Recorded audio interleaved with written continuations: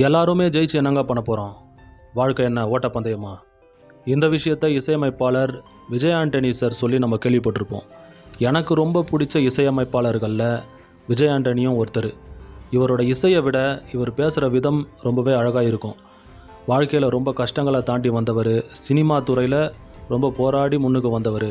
எப்போவுமே தனக்குன்னு ஒரு அங்கீகாரத்தை நிலைநிறுத்தத்தில் அவர் கஷ்டப்பட்டுக்கிட்டு தான் இருக்கார்.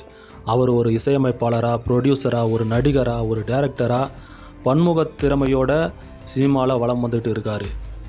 அவர் நிறைய பேட்டிகளில் மக்களுக்கு ஒரு மோட்டிவேஷனாக, அமைதி கொடுக்குற ஒரு ஹீலர் மாதிரி பேசுவார். எனக்கு ரொம்ப பிடிக்கும். அவர் பேசுனதுலேயே எனக்கு ரொம்ப பிடிச்ச விஷயம், நம்மளோட கற்பனைக்கும் ஆசைக்கும் மற்றவங்க சொல்கிற கட்டுக்கதைகளுக்கும் சினிமாவில் நம்ம விஷுவலாக பார்க்குறோம்ல அந்த விஷயங்களுக்கும் டோட்டலாக ஆப்போசிட்டானது இந்த ப்ராக்டிக்கல் லைஃப்.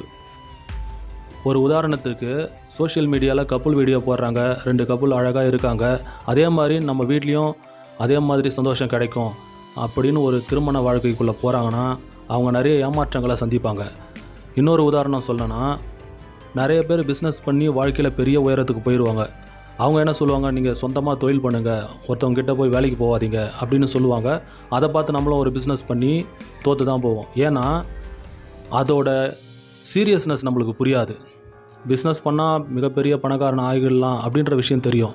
ஆனால் அந்த ப்ராசஸ் எவ்வளோ கடினமானது அப்படின்ற யதார்த்தத்தை நம்ம மனசு சில நேரங்களில் புரிஞ்சிக்காது.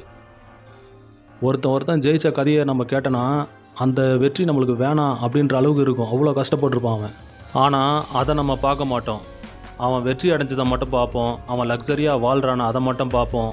அதே மாதிரி நம்ம வாழ்க்கையிலையும் நடக்கணும்னு சொல்லிட்டு முழுக்க கற்பனைகளையும் ஆசைகளையும் மட்டுமே மூலாதாரமாக வச்சு நாம் ஒரு விஷயத்தை ஆரம்பித்து, ஆனால் அங்கே ரியாலிட்டி வேறு மாதிரி இருக்கும்.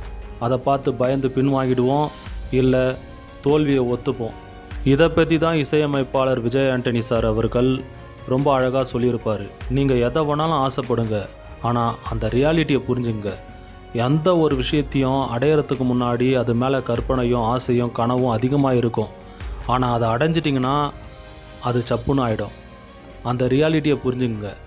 எவ்வளோ பெரிய ஆசை வேணாலும் நம்ம வச்சுக்கலாம், எந்த விஷயத்தை வேணாலும் சாதிக்கலாம். ஆனால் அதுக்கான நேரத்தையும் அதுக்கான உழைப்பையும் நம்ம கொடுத்தே ஆகணும். இந்த உலகத்தில் எல்லா விஷயத்துக்கும் ஒரு விலை இருக்குது. உங்களோட கனவுக்கு என்ன விலை, அதை நீங்கள் கொடுத்து தான் ஆகணும். எப்படிப்பட்ட கனவு வேணாலும் வச்சுக்கோங்க, அதை இவ்வளவு நேரத்துக்குள்ளே நீங்கள் அடைஞ்சே ஆகணும்.